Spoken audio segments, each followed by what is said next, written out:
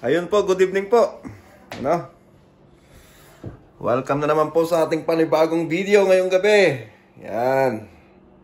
At sa mga nanalo po pala, congrats po ulit sa inyo. Pakihintay lang po yung mga kwan at papunta na po dyan sa inyo. Naisend na po yung pera at pakihintay-hintay lang po. Okay po, pag napanood nyo po itong video na to. Alright. So, yun. Magluluto na naman tayo, no? Yun lang naman ang content natin pag may pasok. Pero pag walang pasok, i-share ko yung buhay-buhay. Yan, yung buhay-buhay namin dito sa inyo.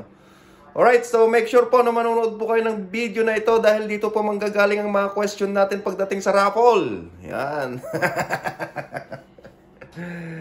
So make sure po na manonood kayo, okay? Alright. So, ang lulutuin po natin ngayon ay of course, ampalaya. Yan, ginisang ampalaya po na may itlog at may hipon. Yan. May konting kamatis. Yan po ang lulutuin natin. Yan, ginisa lang po.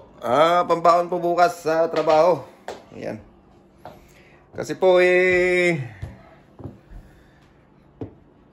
maaga na naman ang pasok bukas. 4:30. Kaya kailangan panandalian lang ko yung luto. Pero pag bukas po, maaga-aga yung uwi, makapagluto po ako ng maaga. Yan. Ewan ko pa kung ano lulutuin ko. Titingin po ako sa ref. Okay po ba? So, simulan na natin. Ano? Yan. Himay-himayin ko lang to. Hiwain ko lang tong ampalaya, kamatis, tsaka yung bawang at sibuyas. And then, diretso na po tayo sa pagluluto. Ano po? Alright. Kita-kits po ulit tayo mamaya. Antabay, antabay. Ayan. Welcome back po ulit. Nahiwa na po natin yung ampalaya. Nabati na yung itlog. Yung kamatis, hiwa na din. And then, bawang sibuyas, tsaka yung hipon. So, masyado pong madami yung hipon, Ang gagawin po natin dito, piprito na lang po. Tapos lalagyan ng konting asin. Yan. Naantay lang po natin na uminit yung mantika. Yan. Testing po natin pag uminit na. Yan, pwede na. Masyado raw pong madami yung yung hipon natin na panahog. Kaya prito po natin yung iba. Yan. Yan.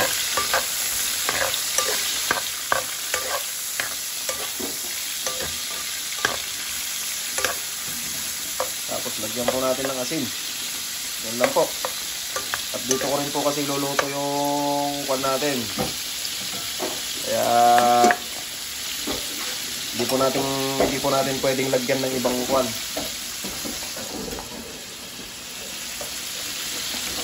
Hindi po natin pwedeng lagyan ng ibang rekado.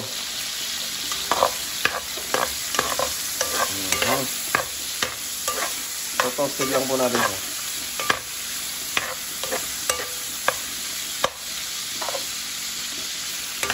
Yan.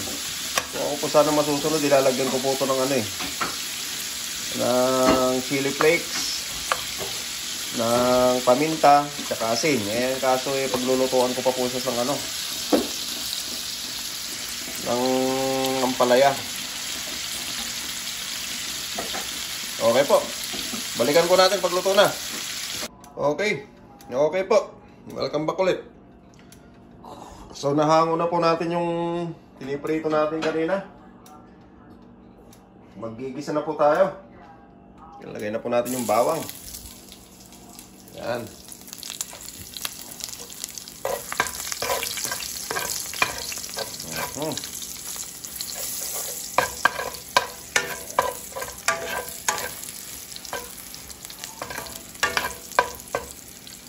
Tapos sunod na po natin yung sibuyas.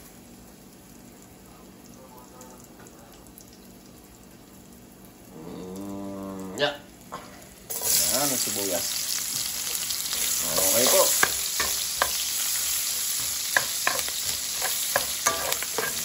Bango.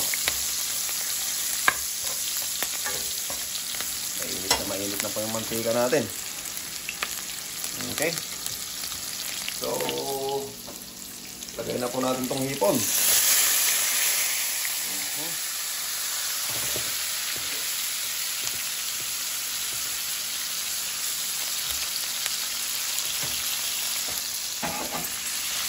po.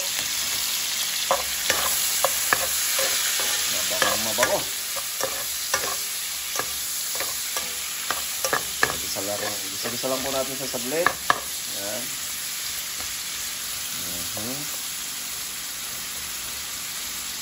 And then, lagay na po natin yung kamatis.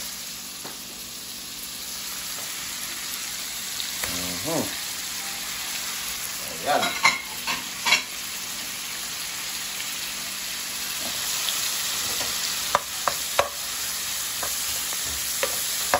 Okay. So, hayaan lang po muna natin na ganyan. Hanggang po sa madurog po yung mga kamatis niya. Ano po? So, babalikan po ulit natin mamaya pag nadurog na yung kamatis niya. Alright? Okay, welcome back po ulit. Durog na po yung ano niya, yung kamatis niya. So, nilalagay na po natin itong ampalaya. Okay? Lagay na po natin itong ampalaya niya. Yan. Naniniwala po ba kayo sa pamahiin na kapag kaliwang kamay ang naglagay sa ampalaya ay mapait daw? Ano po? Naniniwala po ba kayo doon? May pamahiin po ba kayong ganon? Yan. So, next lang po natin. Okay, santayin lang po natin na maluto yung yung ampalaya. Ayan. So, ayan lang po natin siya dyan. Okay po. So, ayun nga po.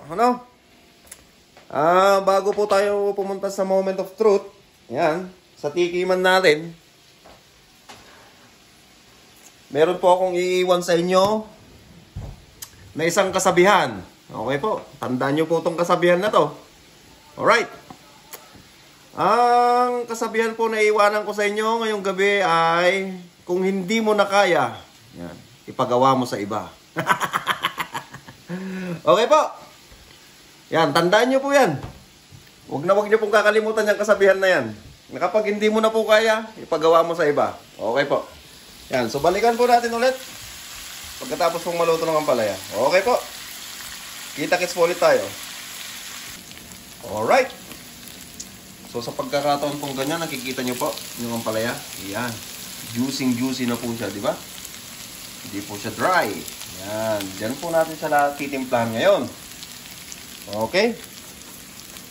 Timplahan po natin ng asin, syempre. Yan. Huwag po kayong kumain ng asin. Yan. Nasabi ko po sa inyo. Kailan po panimpla lang po ang asin. Tsaka po sprinkle natin ng magic sarap. Yan. Konti lang po. Konti lang. Yan. Pinagbabawal po ang pagkain ng asin. Yan. Don't eat salt. It's asin. Sabi nga po. Alright. So, bago po natin halu-haluin, yan. Ilagay na po natin ang ating binate. Yan. Binating itlog. Kailangan po yung itlog natin fresh.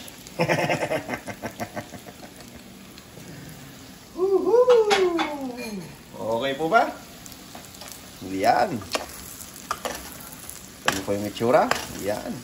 Tapos mekos-mekos lang po natin yan. Yan. Oh, ha?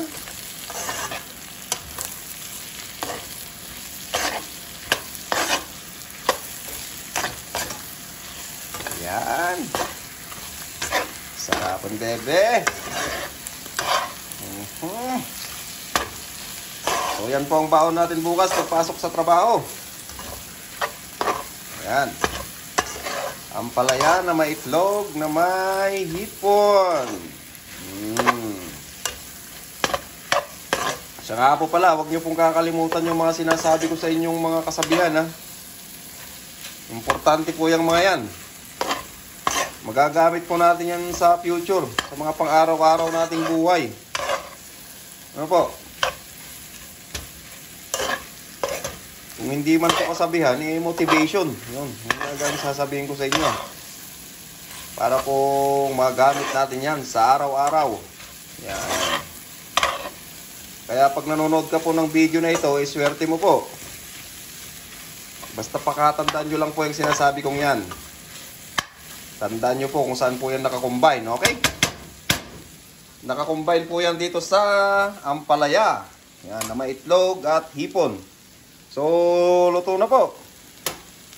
Ngayon, dito na rin po natin gagawin ang ating tikiman. Yan. Hindi po ba? Yan, no? Sarap po.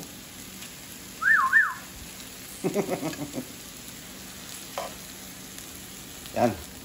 Mukhang madami yata masyado, no?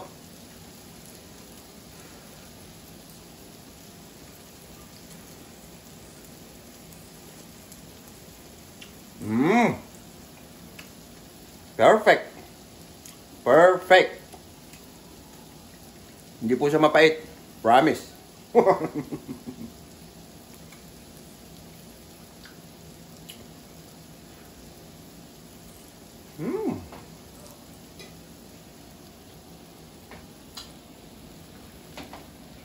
Sarap. Ayan po. Ganito po yung gawin nyo sa ampalaya. Ayan.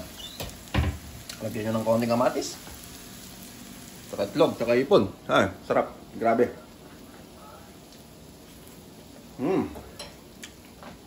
So, yan po yung video natin ngayong araw. Okay? Sa mga nanonood po sa akin araw-araw nyo, swerte nyo po. Kasi lagi ko pong sinasabi sa inyo, baka ito na po ang maging platform natin. Ang maging kwan natin. Sa mga pagpapadraw natin. So, swerte nyo po pag nanonood kayo, okay? Ito po ang inyong lingkod ulit, Jerry Cook TV. Yan, nag-iiwan sa inyo ng isang kasabihan na kapag hindi mo na kaya, ipagawa mo sa iba. Tandaan nyo yan. Okay? Yan po yung luto natin ngayon. Alright! Jerry Cook TV, signing off.